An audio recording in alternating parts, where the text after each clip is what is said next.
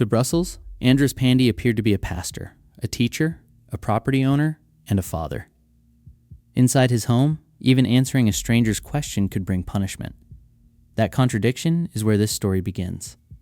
In October 1997, the Pandy family's main residence stood near the Charleroi Canal on the edge of Brussels. It was an imposing 3-story building on the corner of a quiet street, its windows facing the water that separated central Brussels from the commune of Molenbeek. The family also controlled 2 other properties in Molenbeek. So this wasn't a household barely scraping by. Andres owned real estate. He had held positions of religious authority. He had taught children. In archival family photographs, the Pandys looked established and respectable, the kind of immigrant family people might point to as evidence of a life successfully rebuilt. But look at the house itself. Heavy wooden shutters covered the windows and were kept closed. The people behind them were rarely seen. Neighbors remembered a family so quiet and withdrawn that some didn't even realize the severe, unsmiling man next door was a pastor. When Andres did appear outside, he kept his distance. He didn't greet people. He didn't smile. He moved through the neighborhood as though everyone around him were invisible. And yet, inside that sealed house, he expected everyone to see him. Every movement, every word, every decision. Nothing escaped the father. Andres Pandy was born in Hungary. In 1956, he married a woman named Ilona. That same year, an uprising erupted against the Soviet-backed government, followed by a violent crackdown that drove roughly 200,000 Hungarians out of the country. Andres and Ilona were among those who left. They first settled in Switzerland, where Andres studied theology at university. Later, the couple moved to Belgium, and he became a Protestant pastor. Their oldest child, Agnes, was born in 1958. 2 sons followed, Daniel in 1961 and Zoltan in 1966. On paper, it was a clean story of reinvention. A young couple escaped political turmoil, crossed borders, raised 3 children, and built a new life in Western Europe. Andres had education, a religious vocation, and a growing family. He spoke from the pulpit about faith while presenting himself as the head of an orderly Christian home. Order was certainly present, but it was his order. At home, Andres operated as a despot. His children were not allowed an ordinary social life. Friends were forbidden. Contact with people outside the family was treated as a threat. Their permitted route was brutally simple: home, school, home. Even that movement happened beneath their father's watch.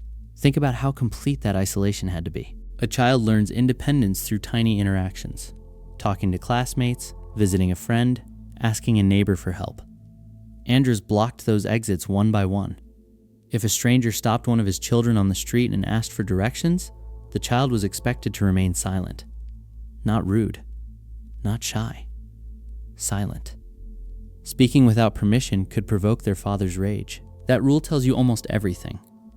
Andres didn't merely want his children to obey instructions. He wanted them unable to respond to the outside world without first imagining what he might do. Even when he wasn't physically beside them, his authority had to remain inside their heads. Meals became another instrument of control. When the family sat down to eat, Agnes, the oldest daughter, was responsible for serving her father. She kept filling his plate until he was satisfied.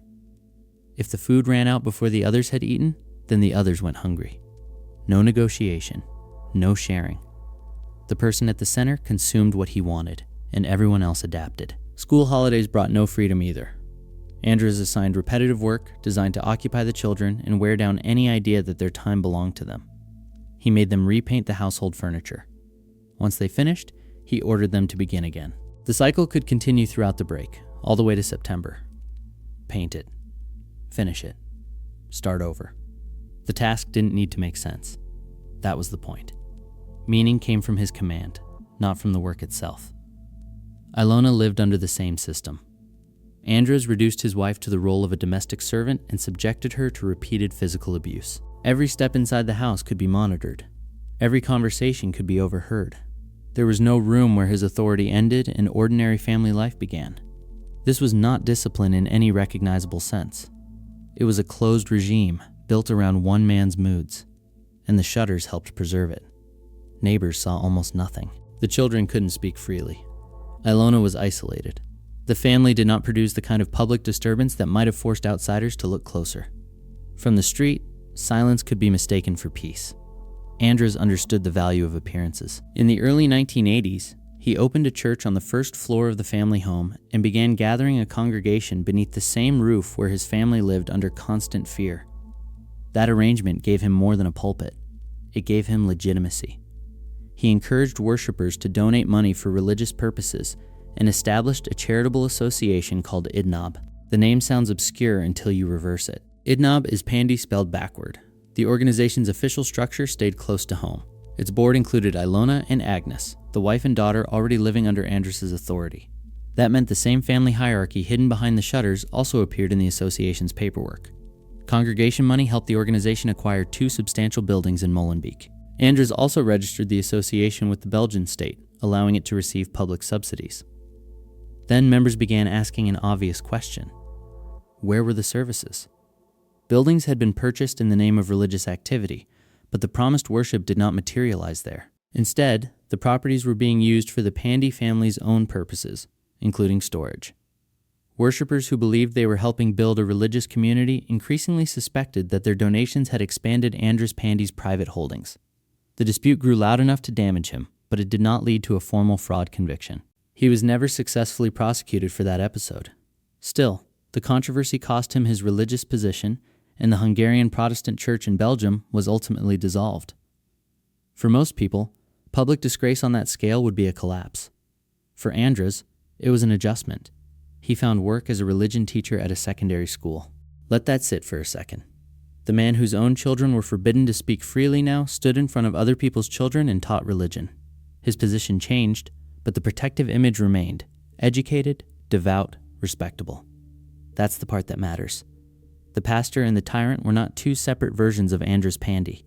One did not disappear when the other entered the room. His religious authority, his financial maneuvering, and his treatment of his family all revolved around the same demand: control.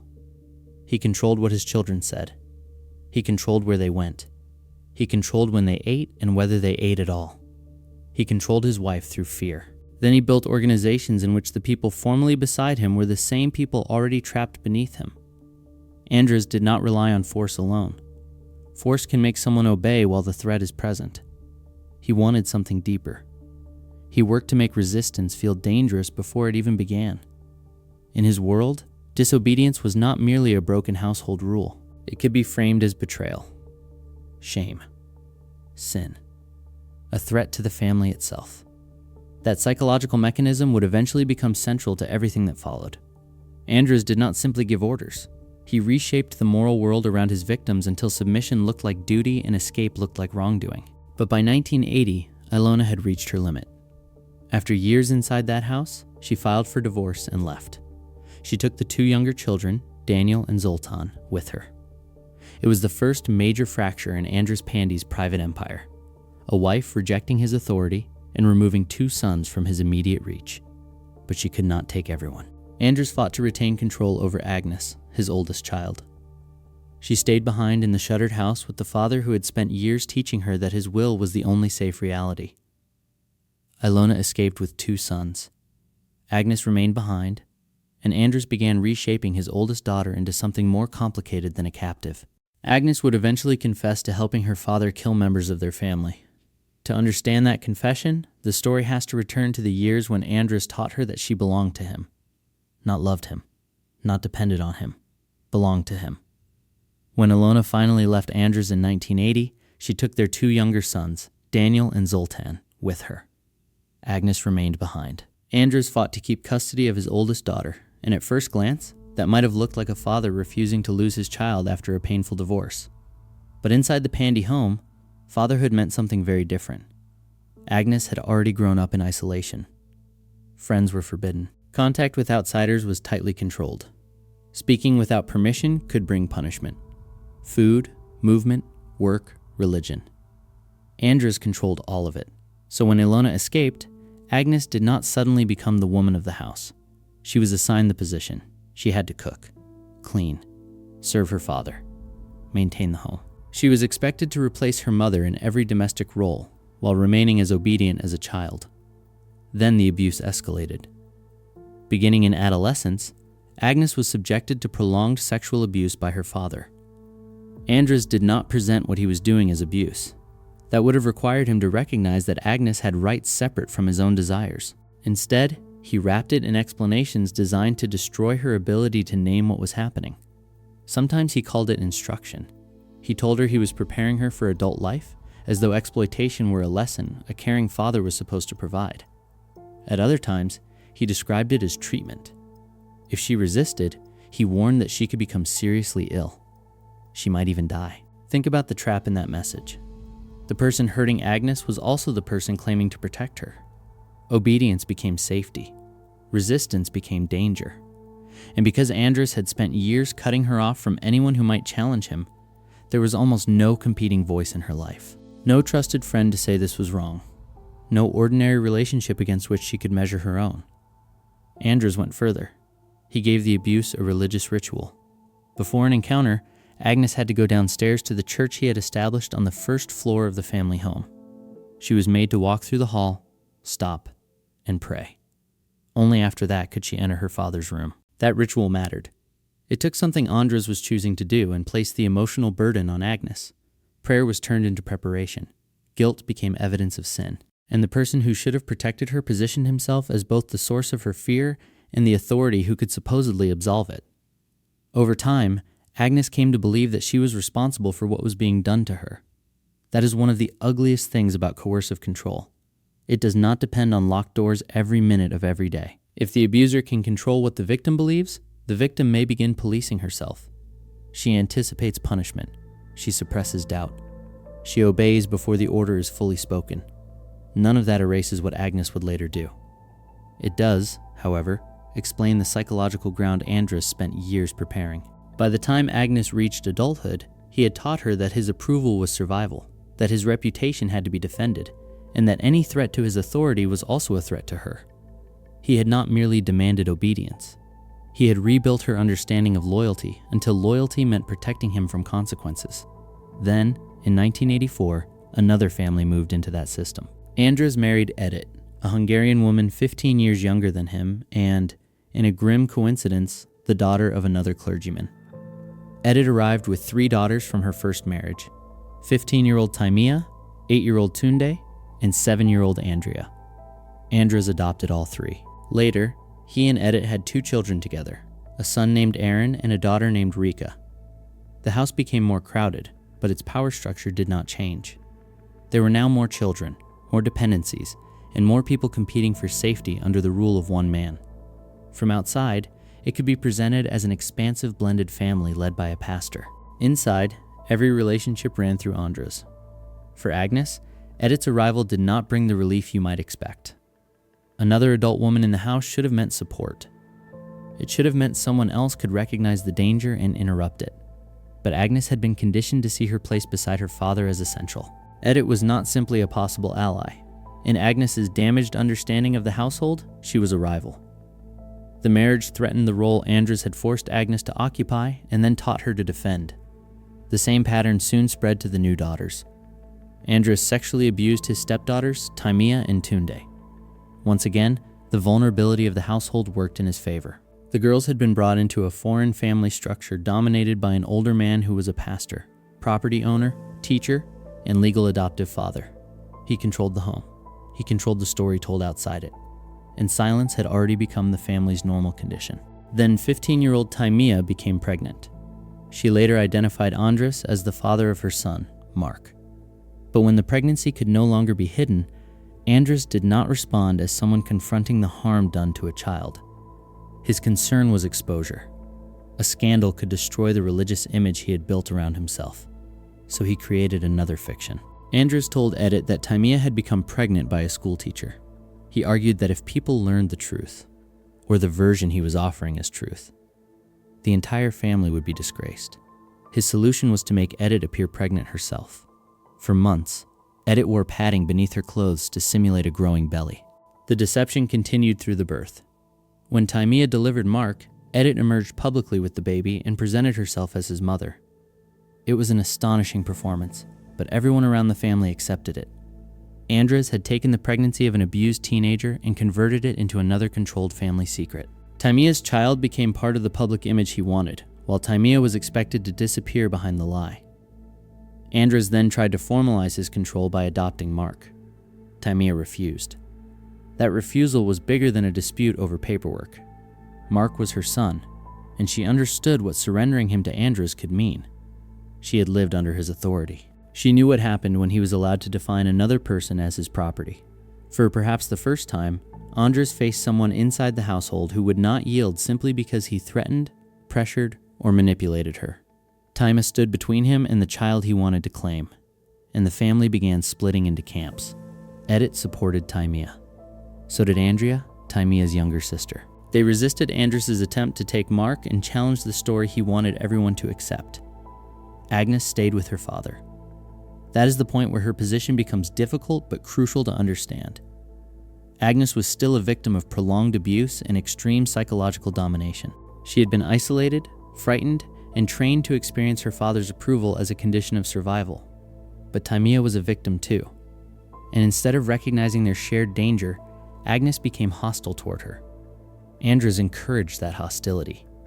He told Agnes that Timea's resistance could destroy the family. If Timea spoke publicly about Mark's paternity, his reputation could collapse, the household could be broken apart, and the secrets behind its closed doors could reach the police.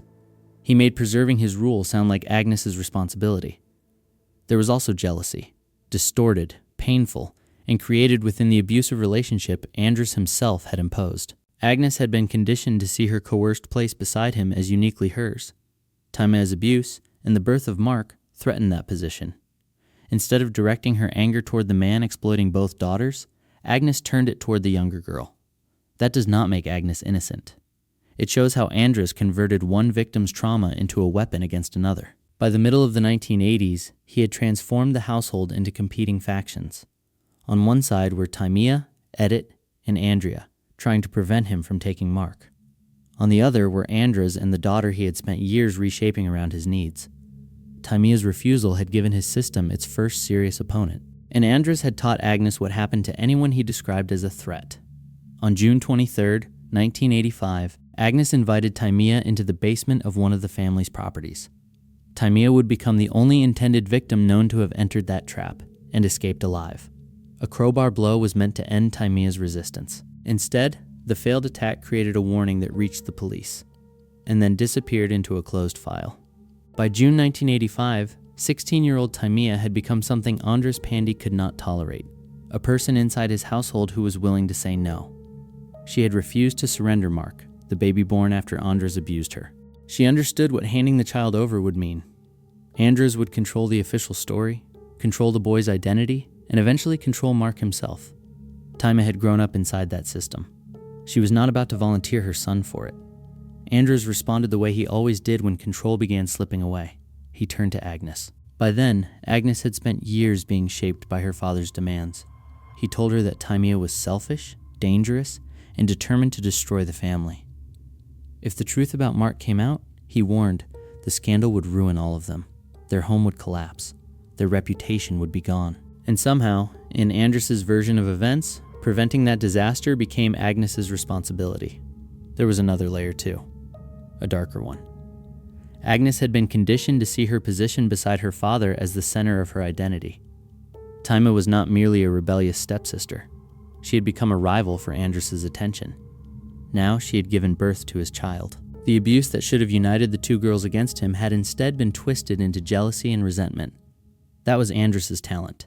He could hurt several people at once, then persuade each of them that the others were the problem. On June 23, 1985, Agnes asked Timea to accompany her to one of the family's properties near the canal. It was one of the buildings Andres had acquired through his religious association. Agnes said she had discovered money hidden in the basement and wanted Timea to help her look for it. The story was thin, but Timea had no reason to imagine what Agnes was planning. She followed her into the property and down the stairs. The basement was damp, enclosed, and cut off from the street. Timea moved ahead, searching the walls and floor for the money Agnes claimed was there. Behind her, Agnes was carrying a heavy iron crowbar. When Timea bent down, Agnes swung it toward her head. The blow did not land as intended.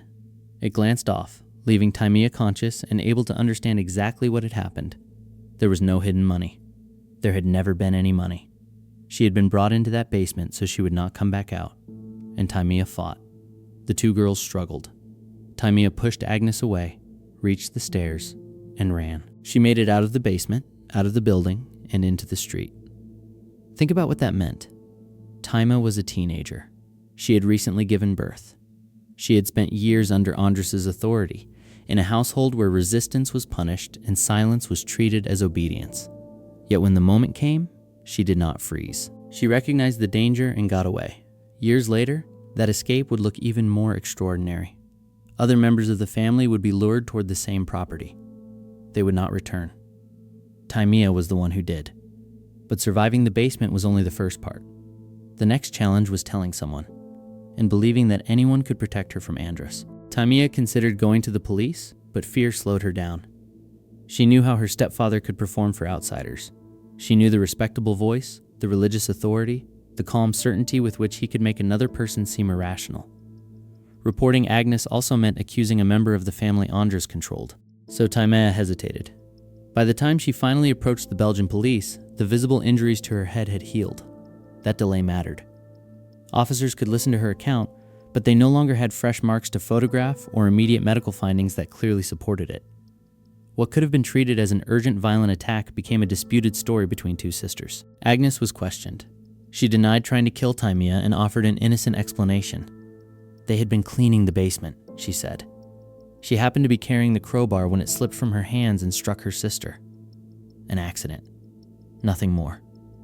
Then Andres stepped in. He assured the police that Agnes was harmless. She would never deliberately hurt anyone. Timea, on the other hand, was presented as emotionally unstable, unreliable, and prone to imagining things. The pastor did not need to prove that his version was true. He only needed to create enough uncertainty around hers. And it worked. Investigators did not establish that an attempted murder had taken place. Without clear physical evidence, and with Agnes insisting it had been an accident, the complaint lost momentum. That failure gave Andres an opening. Back inside the house, away from police officers and formal questions, he went to work on Timea. Day after day, he told her she was betraying the family. She was ungrateful. She wanted to destroy a respectable household. She was trying to ruin him, hurt her mother, shame her siblings, and tear apart the only home they had. Notice the reversal.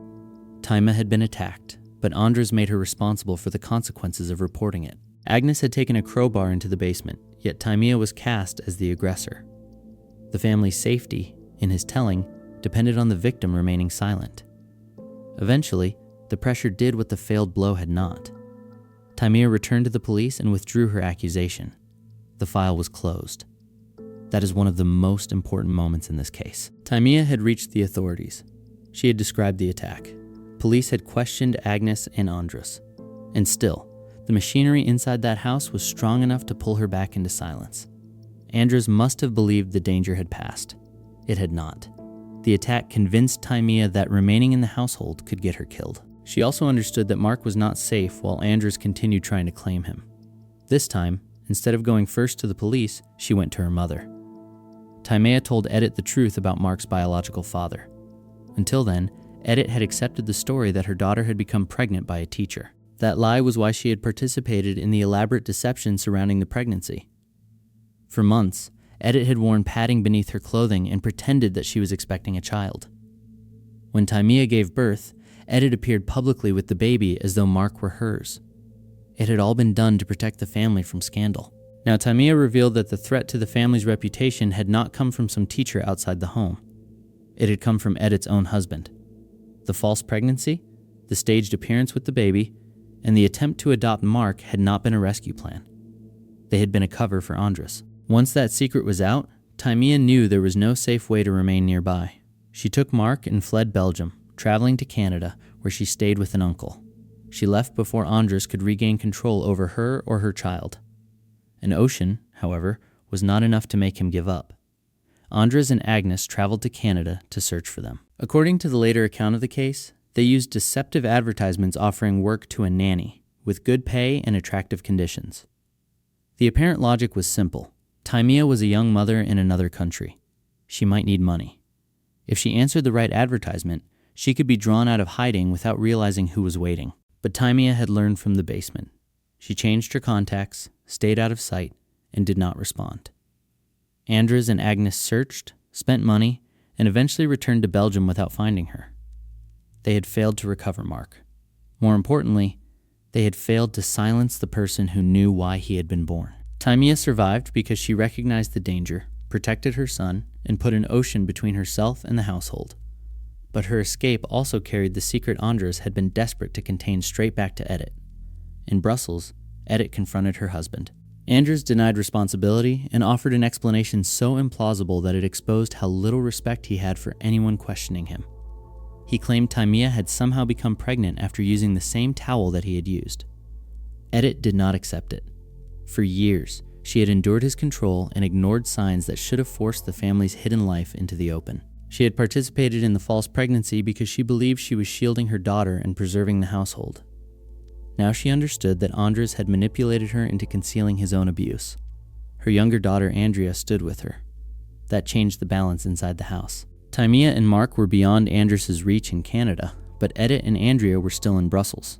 They knew the truth, rejected his authority, and had become a united source of opposition under his own roof. Andres had already shown what he did when persuasion failed.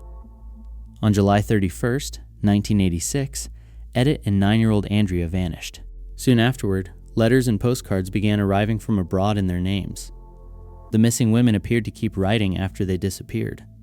The postmarks looked convincing. The messages seemed ordinary, but the words were part of a system designed to make absence resemble choice. According to Andres Pandy, the explanation was simple. His marriage to Edith had collapsed after a series of bitter arguments. On July 31st, 1986, she took her 9-year-old daughter Andrea and left Belgium for Germany. No abduction, no violence, no reason to search the house. Andres even went to the police himself. He produced what he said was a farewell note, supposedly left by Edith on the kitchen table. Then came postcards and telegrams from abroad. Each new message supported the same story. Edith had left voluntarily, Andrea was with her, and both were alive. Think about how effective that was. A missing woman is one thing. An angry wife sending messages from another country is something else entirely. The Belgian police treated it as a domestic separation. Edith had apparently walked away from a controlling husband and started over somewhere else. There was correspondence. There were foreign postmarks. And the man reporting her absence was a pastor who seemed eager to show that nothing criminal had happened. Years later, prosecutors would argue that nearly every part of that account had been manufactured. According to Agnes's eventual confession, she wrote the farewell note and the later messages under her father's direction. Andres dictated what the missing woman was supposed to say. Agnes supplied the handwriting. And to make the deception survive more than a casual glance, Andres reportedly drove into Germany and mailed some of the correspondence back to himself. That detail matters. Anyone can forge a signature. A German postmark required a trip across the border. Andres was not merely inventing a story after the fact. He was creating physical support for it, one envelope at a time. Similar letters were sent to Edith's relatives in Hungary. Those relatives had no easy way to check what was happening inside a shuttered house in Brussels. They saw foreign stamps, read familiar family news, and assumed Edith and Andrea were safe. The letters did not have to withstand forensic examination. They only had to prevent worried relatives from pressing Belgian authorities for answers. And for years, they did. The prosecution's later reconstruction began not in Germany, but only a few hundred meters from the Pandy home. On the day Edith and Andrea vanished, Agnes helped bring them to the canal-side property where Timea had survived the crowbar attack the year before. The reason given was ordinary. Help was needed with work inside the building. That was part of the method. Andres did not need to drag people off the street. He used family trust, routine errands, and the authority he had built over decades. The victim entered willingly because the invitation came from someone she knew. According to Agnes, Edith and Andrea were directed into the basement. Andres and Agnes followed them. Once downstairs, father and daughter attacked and killed them with hammers. Agnes would later admit that she took part directly. That distinction is important. She had been abused, isolated, and psychologically controlled by Andres since childhood. She was also legally responsible for helping him kill. Both facts can exist at the same time, however uncomfortable that makes the story. Afterward, Andres covered the bodies and went upstairs for lunch. That may be the most disturbing detail in this entire sequence. Not because it is graphic, because it is ordinary. Daniel, Zoltan, Aaron, and Reka sat at the table and ate. Their mother and sister were no longer in the house, but the younger children had been trained not to question their father.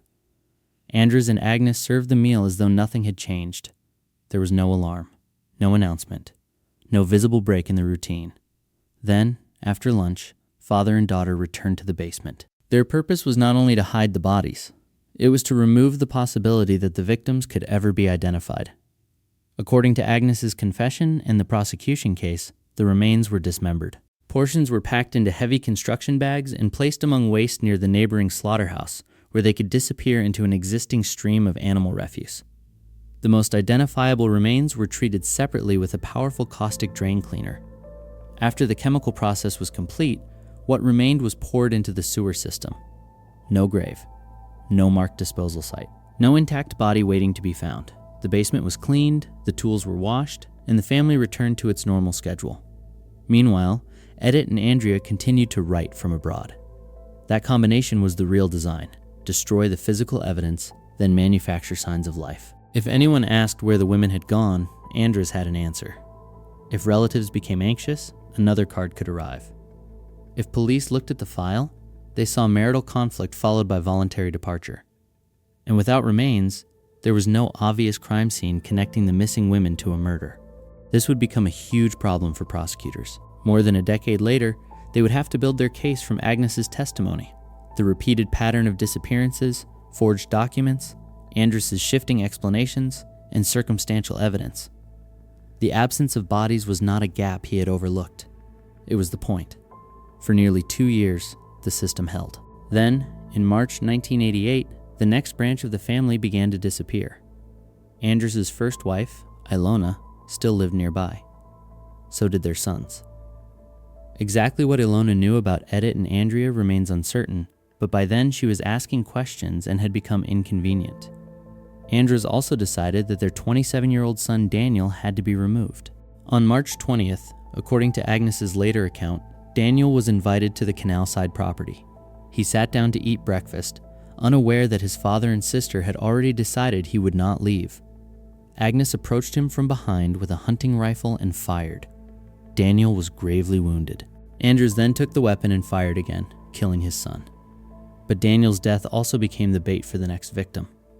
Agnes went to Ilona with an urgent story. Daniel had become ill at the house. He had fallen, injured himself, and was asking for his mother. Ilona followed her daughter to the property. Why wouldn't she? This was not a stranger delivering suspicious news. It was her own child telling her that her son needed help. When Ilona entered the basement, she found Daniel dead. Before she could escape, Agnes shot her from behind. Once again, the same disposal process followed. The bodies were dismembered. Some remains entered the waste stream near the slaughterhouse. Identifying portions were subjected to chemicals and ultimately sent into the sewer. The basement was cleaned. The visible evidence disappeared. Then came another false explanation. Andres told the family that Ilona and Daniel had gone away. Their departure was sudden, but supposedly harmless. They were traveling. They would return. This time, though, someone knew their habits too well. Zoltan, Andres and Ilona's younger son, was 22 and living independently. He remained in regular contact with both his mother and Daniel. For them to leave without a clear explanation, and for both lines of communication to stop at the same time, made no sense to him. Andres tried to reassure him. It was only a vacation, nothing to worry about. Zoltan did worry. He kept asking questions. He began looking into the disappearances himself. Inside Andres' system, suspicion was treated as rebellion, and rebellion was treated as danger. Zoltan's attempt to find his mother and brother placed him on the same path they had taken. Only 3 weeks after Ilona and Daniel were killed, Andres approached his surviving son as a caring father. He invited Zoltan to accompany him to a bicycle race in a neighboring town. It was exactly the kind of ordinary attention a son raised under Andres might still want. A day out. A shared interest. A chance, perhaps, to believe that the relationship could briefly resemble a normal one. Zoltan agreed. After the race, on the drive back toward Brussels, Andres suggested that they stop at the canal-side property for something to eat. Zoltan entered the building with him. Andres led him toward the basement and shot him in the head with the rifle. Agnes was waiting afterward and, by her own later account, helped dispose of her brother's body using the method they had already repeated: dismemberment, chemical destruction, slaughterhouse waste, sewer. Then Zoltan, too, was converted from a victim into a story about someone who had simply gone elsewhere. Look at the architecture now. A familiar invitation, a private property, a sudden disappearance, a harmless explanation involving travel or voluntary departure. Then the destruction of anything that could contradict the lie. Edith and Andrea had supposedly gone to Germany. Ilona and Daniel had supposedly left on a trip. Zoltan's questions ended with his own disappearance. Across 2 branches of the family, 5 people had now been turned into stories about distance. The letters, postcards, and excuses did not prove that anyone was alive. They created enough uncertainty to delay the moment when authorities would treat the missing as dead. And every month without a body made the truth harder to recover. But one stepdaughter still had enough independence to leave.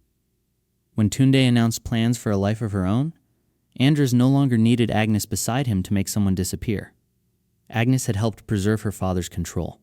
Tunde's disappearance forced her to realize that loyalty offered no protection from him. By the middle of 1989, the Pandy family had been reduced to a strange collection of survivors, runaways, and people no one was supposed to ask about. Taima was in Canada with her son, Mark. She had escaped Andrus, hidden from his attempts to find her, and built as much distance as possible between herself and Brussels. Agnes remained near her father, still bound to him by fear, years of abuse, and the secrets they shared. Aaron and Reka, Andrus's youngest children, were still too young to understand why members of their family kept disappearing. That left Tunde. She was 18 now, old enough to imagine a life outside the closed shutters, old enough to make plans without asking Andrus for permission. During a visit to Hungary, Tunde met a young man. The relationship became serious, and she decided that she wanted to leave Belgium and build a future with him. For most parents, that might have been difficult news. A daughter was growing up and preparing to move away. Andrus did not see it that way. To him, independence was not a normal part of adulthood. It was rejection. Worse, it was defiance. Tunde was trying to remove herself from the system he had built, and Andrus had spent decades teaching everyone in that system the same rule. No one left unless he allowed it. In June 1989, Tunde disappeared. The precise details of what happened to her were never independently reconstructed in the way investigators might establish an ordinary crime, with a recovered body, a documented scene, forensic traces, and witnesses whose accounts could be tested against physical evidence. Much of what authorities later believed about Tunde's death came from Agnes's eventual statement. According to that account, Andrus made certain Agnes would not be present. He sent her to the seaside with Aaron and Reka, leaving himself alone with Tunde. Agnes later said that her father lured the young woman to the house on the canal and killed her there. There was no recovered body to confirm the method. No remains were identified as Tunde's. And whatever physical evidence may once have existed had vanished long before the police understood what they were looking for. That distinction matters. Agnes would eventually provide investigators with a detailed version of the family murders, but she was not a neutral witness. She had participated in earlier crimes, lived under Andrus's influence, and had powerful reasons to describe herself as less responsible than her father. Her account became central to the case, but it still had to be measured against dates, documents, behavior, and the pattern surrounding each disappearance. What happened when the children returned from the seaside fit that pattern perfectly. Andrus met them with an explanation. Tunde had behaved badly, he said. She had disobeyed him, so he had sent her away to live with another family. Think about the language there. Tunde was 18. She was legally an adult. Yet Andrus spoke about her as though she were a troublesome child he could transfer from one household to another. And Aaron and Reka had been raised to accept his decisions without question. If their father said Tunde was gone because she had been disobedient, then that was the answer. Agnes was different. She knew what his explanations could conceal. At the first opportunity, she went to the property where she believed Tunde had last been taken. In a storage area, she noticed that a substantial quantity of drain cleaner was missing. By itself, that observation proved very little. There was no inventory created before the disappearance, no forensic record showing exactly what had been stored there, and no body from which investigators could determine a disposal method. But Agnes knew her father's methods. She concluded that Andrus had killed Tunde and destroyed the evidence without her help. And that was the moment the relationship between father and daughter changed. Until then, Agnes had occupied a special position in Andrus's world. She had been abused by him, conditioned by him, and turned against the rest of the family. She had also become useful. She followed instructions. She helped maintain his lies. She shared knowledge that could destroy them both. That usefulness may have felt like protection. Tundi's disappearance showed Agnes that it was not. Andros had acted alone. He had not needed his daughter to lure the victim, assist him, or preserve the secret. Whatever role Agnes imagined she held beside him, she now understood that he could replace her. He could exclude her. And if she became inconvenient, he could remove her exactly as he had removed anyone else who challenged his authority. That fear did not send Agnes directly to the police. The separation happened gradually. By the early 1990s, she was in her 30s. She found work.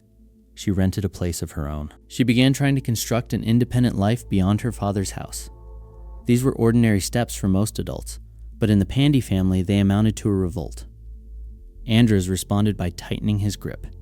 He pressured Agnes and kept track of her movements. Investigators later established that he watched her home and waited near her workplace.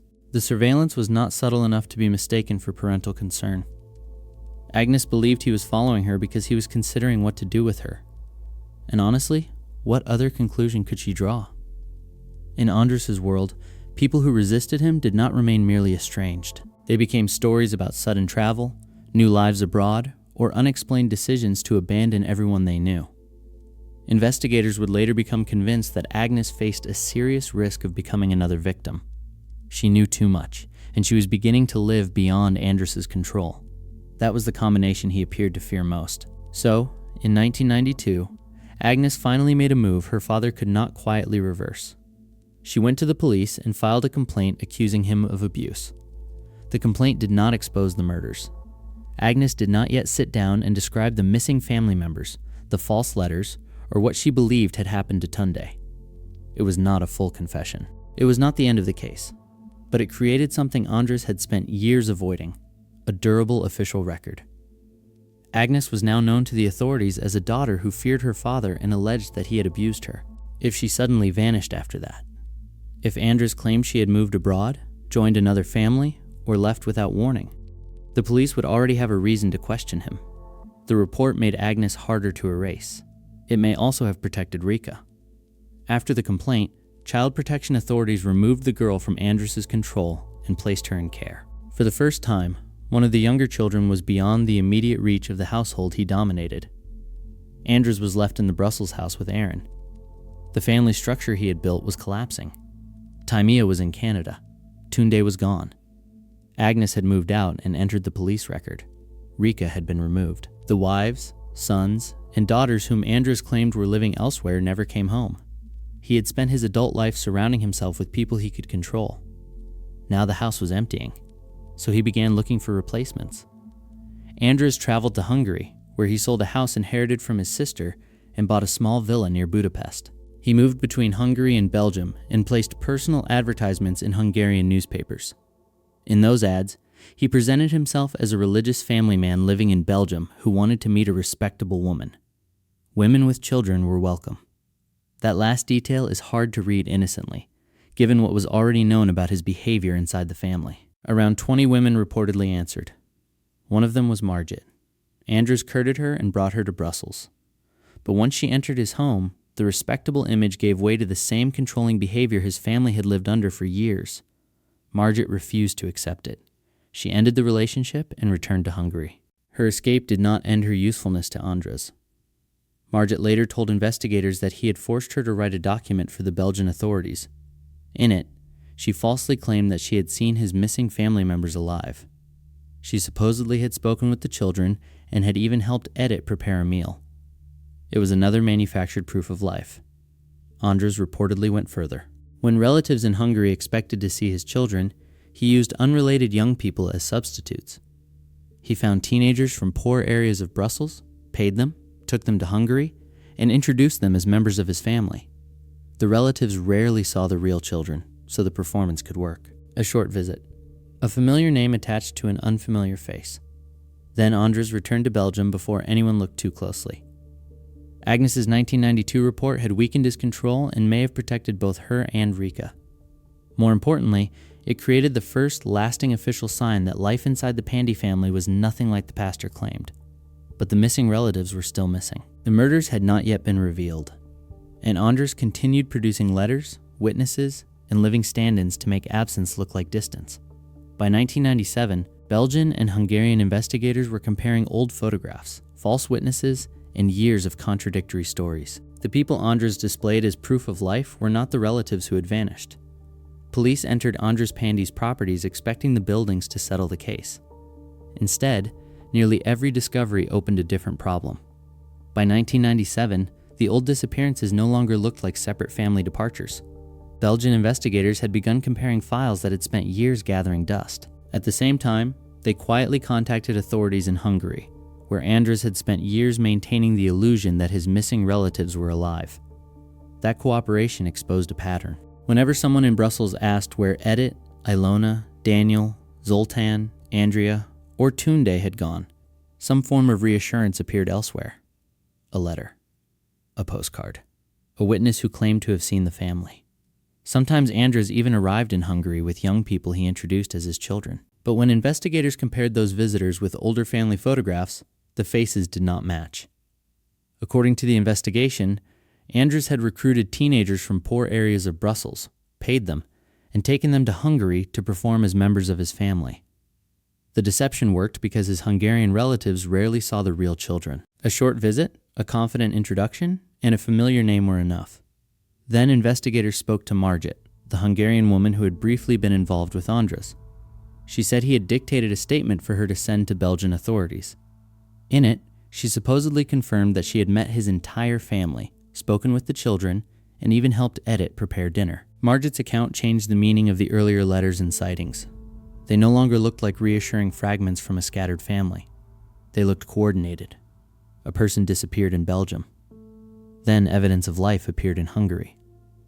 That was the system. When Andres was arrested, however, he offered the same explanation he had used for years. His wives and children had left voluntarily. They were living abroad. If the police wanted them, they should search Germany or Canada. He did not confess. He did not concede that anyone was dead. He behaved as though the investigation itself were based on a simple misunderstanding. So the police turned to the one thing Andres could not send abroad or teach to repeat a story: his properties. On October 10th, 1997, investigators entered his Brussels home with Andres under escort. They searched it room by room. Cupboards were opened. Furniture was moved. Walls were examined. Floors were tested. Officers looked into storage spaces and behind surfaces that might conceal evidence. Inside the refrigerator, they found 2 large pieces of meat. In a different case, that might have meant nothing. In this house, with several relatives missing and rumors already spreading, it immediately looked sinister. But suspicion is not evidence. The material was sent for analysis. It was pork. Nothing more. That detail matters because it shows what the investigators were dealing with. Once they entered the Pandy properties, almost anything could look like the answer. Every object had to be tested. Every dramatic discovery had to survive the laboratory. In the living room, officers found a funeral urn containing human ashes. Andres said they belonged to his sister, who had died years earlier. The urn was taken for examination as well. Then the search moved underground. In one basement, ultraviolet examination reportedly revealed old blood traces embedded in the walls. Investigators began looking beneath the visible surfaces. A specialist team arrived with heavy equipment, broke through the concrete floor, and removed the earth underneath. Then a worker stopped. Human remains had emerged from the ground. More bones followed, including parts of a skull, pelvis, thigh, and shoulder. For a moment, the discovery appeared to answer the question that had followed the case for years. Perhaps the missing Pandy family had never gone to Germany, Canada, or anywhere else. Perhaps they had remained beneath the buildings all along. Andres showed no visible alarm.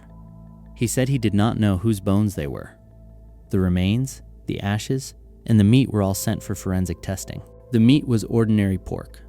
More importantly, DNA testing did not identify the bones as belonging to any of the 6 missing Pandy family members. Think about what that did to the case. The police had excavated human remains from beneath a property connected to a man suspected in multiple disappearances, and yet those remains did not provide the victims they were looking for. They raised a separate question instead. Who were these people? The discovery was not by itself, proof that Andres had killed anyone beyond his family. The identities of the remains had not been established, and investigators still had to separate possibility from fact. But the finding widened the inquiry. Neighbors were interviewed again. Some remembered unfamiliar women visiting Andres's home. Investigators also examined the personal advertisements he had placed in Hungarian newspapers while searching for female companionship. Had some respondents traveled to Belgium? Had all of them returned home? It was a disturbing theory, but a theory was all it was. For the 6 family disappearances, the police remained in the same maddening position. They had suspicious letters, false sightings, inconsistent explanations, blood traces, and unidentified remains. What they did not have was a confirmed body belonging to Edit, Andrea, Ilona, Daniel, Zoltan, or Tunde. So the investigators went back to the archives. There, they found the complaint that should have received far more attention in 1985. Taimea's report that Agnes had attacked her with an iron crowbar in a basement. At the time, the injury had healed before police examined her. Agnes called it an accident. Andres described Taimea as unstable. Taimea later withdrew the complaint, and the file was closed. 12 years later, it looked completely different. If Taimea had told the truth, Agnes was not merely a damaged daughter who had witnessed abuse inside the family. She had already tried to silence someone who threatened Andres's control. And if Agnes had been willing to do that, she might know what happened to everyone who vanished afterward. Investigators brought her in again. At first, Agnes spoke about the abuse she had endured and the control her father exercised over the household. She described what had happened to Taimea, the pregnancy, and the elaborate deception in which Edit had pretended to be pregnant before publicly presenting Taimea's baby as her own. Agnes could talk about the family's secrets, but when the questions moved toward the disappearances, she stalled. The investigators could see her wavering. Instead of pressing harder, one of them stopped the interview. He told Agnes to leave the room. Walk outside. Get some air. Think. It was a calculated pause. Give her space, remove the immediate pressure, and let her decide which side of the door she wanted to return to. Agnes came back. She sat down in the same interrogation room. Then the investigator asked the question directly. Had she tried to kill Taimea with the crowbar? The silence reportedly lasted close to a minute. Then Agnes admitted that she had attacked her stepsister in 1985. She claimed the order had come from Andres. Taimea, she said, threatened to destroy the family, and her father had decided she needed to be eliminated. That admission broke something open. Agnes began describing what happened after Taimea escaped to Canada and Edit confronted Andres. She spoke about Edit and 9-year-old Andrea being lured to the canal-side property. She explained that they were attacked in the basement and that their bodies were destroyed so nothing identifiable would remain. But as she told the story, investigators noticed one word: we. We brought them there. We attacked them. We disposed of the remains. The detective interrupted her. Who was we? Agnes answered that she had been there with her father. She admitted participating directly in the killings of Edit and Andrea and helping conceal what had happened afterward. From there, the account expanded. Agnes described the deaths of her mother, Ilona, and her brother Daniel. She told investigators how Zoltan had been brought into a trap after a bicycle race. She said Andres later killed Tunde without her help and disposed of the body alone. For the first time, the separate disappearances formed one continuous operation, the same family authority, the same controlled locations, the same efforts to erase the victims physically and then replace them with letters, explanations, and manufactured sightings. Agnes's history explained why Andres had such extraordinary power over her. She had been isolated, abused, and psychologically conditioned from childhood. But explanation did not erase action. By her own account, she had not merely remained silent. She had attacked Taimea, participated in multiple killings, and helped her father conceal them. The woman who broke the case was also accusing herself. When the interrogation ended, Agnes was no longer treated only as a witness against Andres. She was arrested as his alleged accomplice and taken from the interview room into custody. After more than a decade of unanswered questions, investigators finally had what every search, postcard, excavation, and forensic test had failed to provide: an inside account connecting the disappearances to one repeated family operation. But that account came from a participant whose credibility would become the center of the trial. There were still no confirmed bodies of the 6 family victims. To convict Andres, Investigators had to prove that Agnes's confession matched evidence he believed he had erased. A confession can describe a crime. It cannot, by itself, explain vanished bodies, coded diary entries, concealed weapons, and why no recoverable trace remained. That was the problem facing Belgian investigators after Agnes began talking. Her account gave them a map of the Pandy family's destruction. It connected disappearances that had once been treated as unrelated departures. It explained the forged letters, the false foreign addresses, and the carefully staged impression that everyone was still alive somewhere beyond Belgium. But Agnes was not an ordinary witness. She had admitted taking part. If prosecutors wanted to build a murder case around her statements, they needed more than her word. They had to test every detail they could. They had to find evidence that existed independently of her confession. And where the physical evidence had apparently been destroyed, they had to prove that the method she described was at least possible. So the searches expanded. Investigators went back through Anders Pandy's properties with warrants broad enough to let them examine walls, floors, storage spaces, and concealed compartments. They tapped surfaces, removed panels, opened spaces that had been designed to look like part of the buildings. Behind false sections of wall, police reportedly found hidden caches containing 3 rifles, 4 pistols, boxes of ammunition, and other weapons-related material. The discovery did not prove, by itself, that any particular gun had been used in a murder. That distinction matters. A concealed weapon is suspicious. It is not automatically a murder weapon.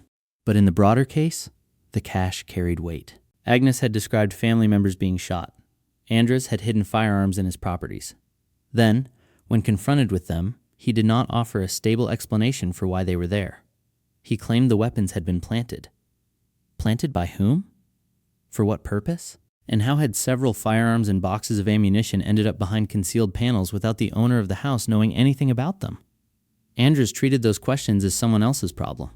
The investigators, he insisted, were manufacturing a case. Then they found something much harder to dismiss with a shrug. It was an ordinary-looking notebook written in Hungarian, except it was not one notebook in any practical sense. Anders had kept an enormous personal diary, reportedly extending across more than 2,500 pages of dense handwriting. Think about the work hidden inside that number. Thousands of pages had to be preserved, organized, translated, dated, compared with the disappearance timeline, and read closely enough that an apparently harmless phrase would not slip past unnoticed. Investigators and translators began working through it line by line. Certain entries appeared close to the dates when members of the family vanished. There were practical notes about sharpening an axe and tools used for cutting. Elsewhere, Anders wrote that he needed to buy a rifle. And before some disappearances, according to the prosecution's interpretation, a recurring phrase appeared. He and Agnes were going to get together to saw firewood. On its face, that could sound innocent. People do cut wood. But prosecutors argued that the wording was code. They linked it to an older expression reportedly used in French military slang during the Algerian War, where sawing firewood referred to taking prisoners away to be executed. Anders, they noted, had an interest in military history. More importantly, the diary entries did not exist in isolation. Their timing was compared with Agnes's account, the family's disappearance dates, the weapons, and the preparations she said occurred before the killings. That was how this case had to be built. Not with one perfect piece of evidence, but with details that became more disturbing when placed beside one another. Anders rejected the entire interpretation. There was no code, he said. The police had invented meanings that were never there. Ordinary notes were being twisted into evidence because investigators had already decided he was guilty. That denial would become a pattern.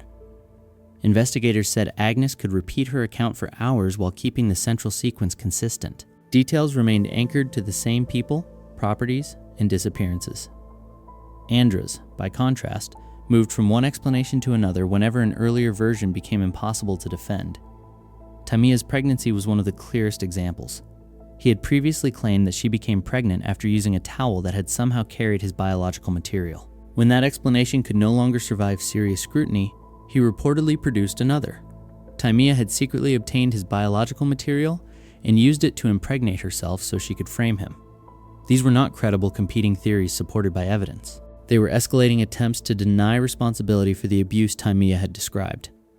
And each new version exposed the weakness of the one before it. The same thing happened with the weapons. He did not know they existed. They must have been planted. The missing relatives were alive. The police simply were not looking in the right places. Agnes, meanwhile, agreed to return to the house on the canal for a formal crime scene reenactment. Andres refused to participate, so an officer stood in for him. Inside the basement, with investigators and cameras watching, Agnes demonstrated how she said the bodies had been handled and destroyed. She showed where she and her father had positioned themselves, how one worked while the other held a body steady, and how the remains were transferred into containers and bags. What made the footage so unsettling was not dramatic emotion. It was the lack of it. Agnes moved through the sequence with a detached, procedural manner. At points, she spoke about the physical difficulty of the work as though explaining an unpleasant household task. That does not tell us, by itself, what was happening inside her mind. A camera cannot diagnose remorse, trauma, or coercion. But as evidence, her manner mattered in a narrower way. She did not appear to be improvising a vague story. She demonstrated a process. Locations, movements, tools, and roles were described in practical terms that investigators could examine. One major question remained. Could the old drain cleaner she described actually do what she claimed? Investigators knew that a powerful caustic product had been available in Belgium during the 1980s, but the historical formula had later been removed from sale because it was dangerously toxic. Modern household drain cleaners were not equivalent, so buying a bottle from a supermarket and testing it would prove very little. And Agnes's account created a serious forensic problem. Even if a caustic chemical destroyed soft tissue, what about teeth? Hair? Large bones? Wouldn't something identifiable survive?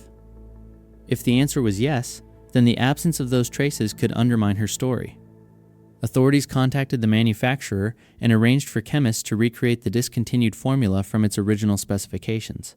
Several hundred liters of the caustic solution were reportedly produced under controlled conditions. Then came the part that sounds almost impossible until you remember what the prosecution needed to establish. Animal tissue would not provide a complete answer.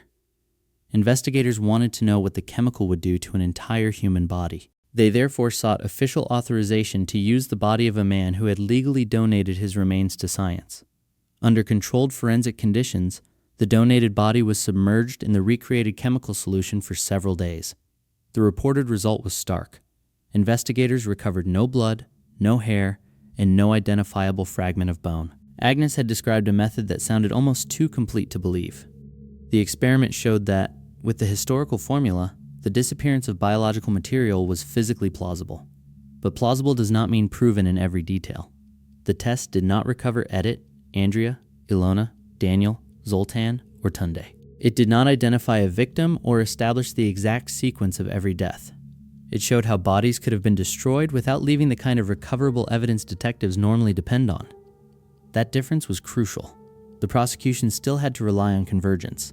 Agnes's confession, the pattern of disappearances, the false correspondence mailed from abroad, the hired stand-ins presented to relatives, the diary entries, the concealed weapons, witness statements, Taimea's account, and a forensic experiment supporting the disposal method. Together, those pieces explain not only how 6 people vanished, but how Andres repeatedly manufactured the appearance that they had chosen to leave. And there was still the other mystery beneath the case. The unidentified human remains found during the searches did not match the missing members of the Pandy family. Investigators returned to the advertisements Andres had placed while searching for women, particularly in Hungary. They worked with Hungarian authorities to locate those who had answered him. Some of the women were found alive. For others, the picture remained uncertain. The investigation could not establish that every unreachable woman had become a victim, nor could it conclusively identify the people represented by the stranger remains. That left the possibility of crimes beyond the charged family murders hanging over the case, unresolved and impossible to ignore. Police had not restored the dead. They had done something different. They had assembled a case showing how the bodies could have disappeared, how the disappearances had been disguised, and why Andres's claims of innocent family departures could no longer stand on their own. In February 2002, that case entered a packed Brussels courtroom. The jury would have to choose between an accomplice's confession and a pastor who insisted the dead could appear at any moment. The victims had no bodies, no graves, and no voices in the courtroom. Their absence became both the prosecution's greatest obstacle and the result of the crime it was trying to prove. On February 28, 2002, reporters crowded into the Brussels Palace of Justice for one of the most disturbing trials Belgium had seen in years. At the center of it were 6 missing members of one family, 2 wives and 4 children. The prosecution said they had not left voluntarily. They had not built secret lives abroad. They had been murdered by Andres Pandy, the pastor and patriarch who had spent years controlling nearly every movement inside his home. Beside him sat Agnes, his eldest daughter. She had admitted participating in 5 of those murders. That left the jury with a case full of contradictions. There were detailed confessions, but no recovered victims. There was evidence of coercion, but also evidence of direct participation. And there was a father who denied everything so completely that he insisted the missing people might walk into court at any moment. Andres behaved as though the trial were one more room he could dominate.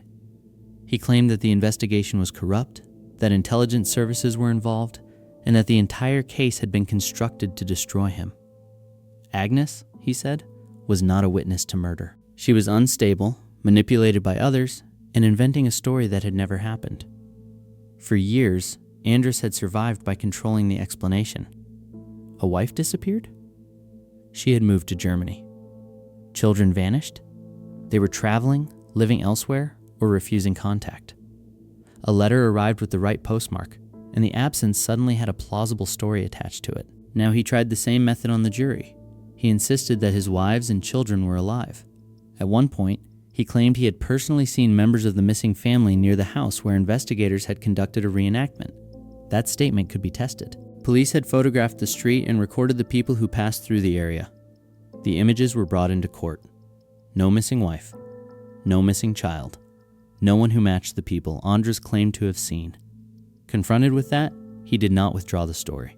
He expanded it. The missing relatives had changed their appearances, he suggested. They had undergone plastic surgery. In another version, they were living secret lives connected to powerful people outside Belgium. And when the judge asked the obvious question, if they were alive, why would none of them appear and save him from a life sentence? Andres had an answer for that too. They were offended by the investigation, he said. They would return only after he had been acquitted. It would be easy to treat those claims as courtroom comedy. People in the gallery sometimes did laugh, but beneath the spectacle was something much colder. Andres was still trying to do what he had always done, replace reality with his version of it. Inside his family, contradiction had once brought punishment. In court, he no longer had that power, but he behaved as if confidence alone could restore it. Even his daily ritual with the defendant's chair became part of the performance. Andres arrived in a worn green leather jacket and carefully wiped the seat with a handkerchief before sitting down. He claimed the authorities might have coated it with a substance capable of entering his body and forcing him to confess. Nothing could be trusted, in other words, except Andres. Across from him, Agnes followed a very different strategy. She admitted her guilt.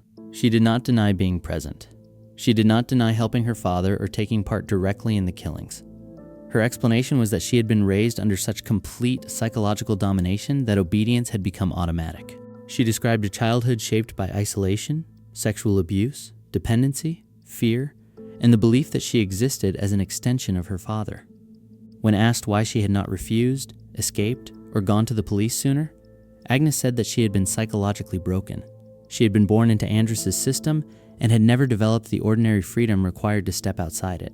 That explanation mattered, but it did not erase what she had done. This was the central difficulty of Agnes Pandy, and the trial never made it simple. She was a documented victim of prolonged abuse and coercive control. Investigators believed that when she finally moved away and asserted independence, Andres began watching her and treating her as a possible next victim.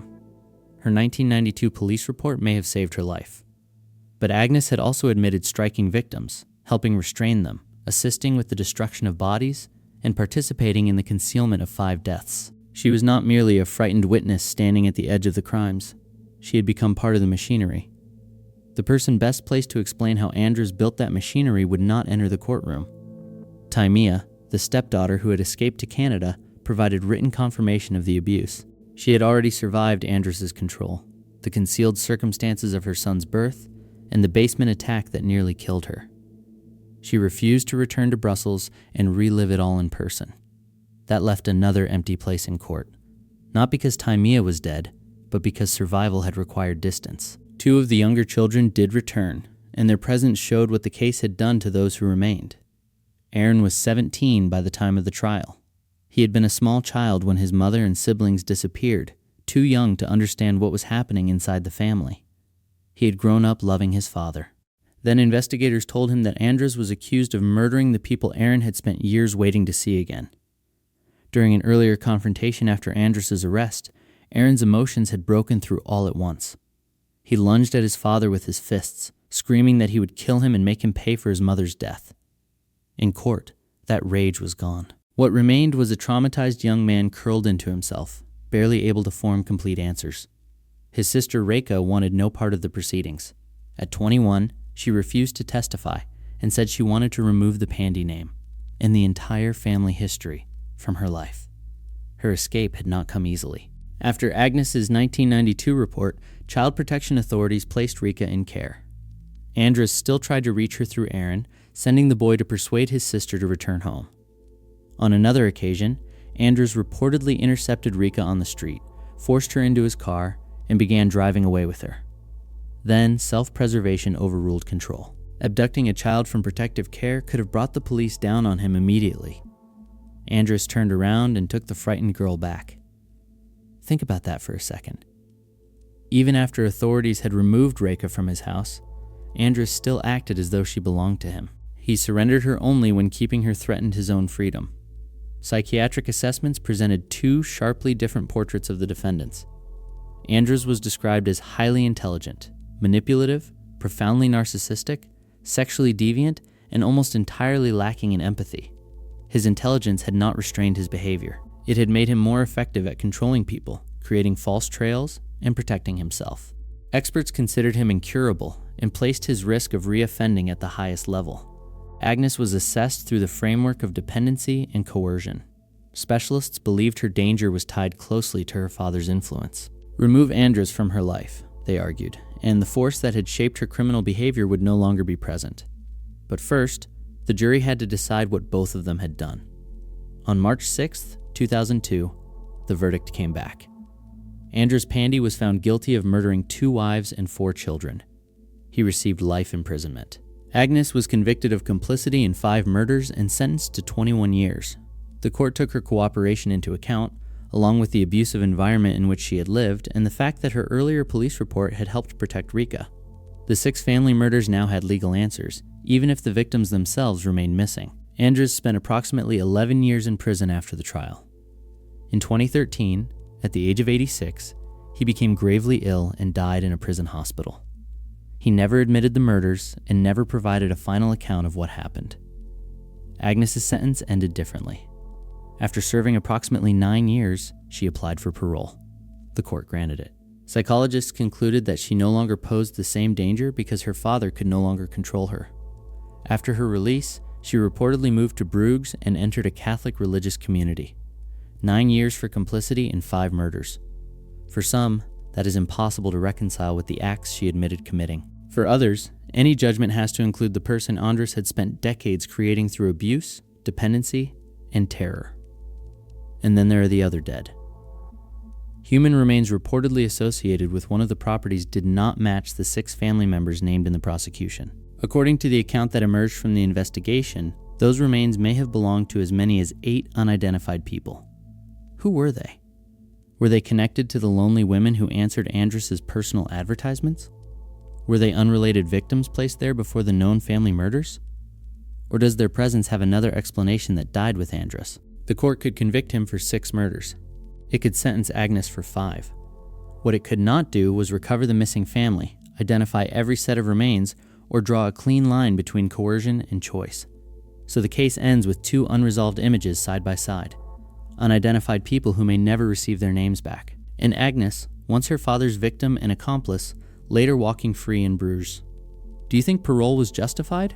Or did 9 years fail to reflect her responsibility for 5 deaths?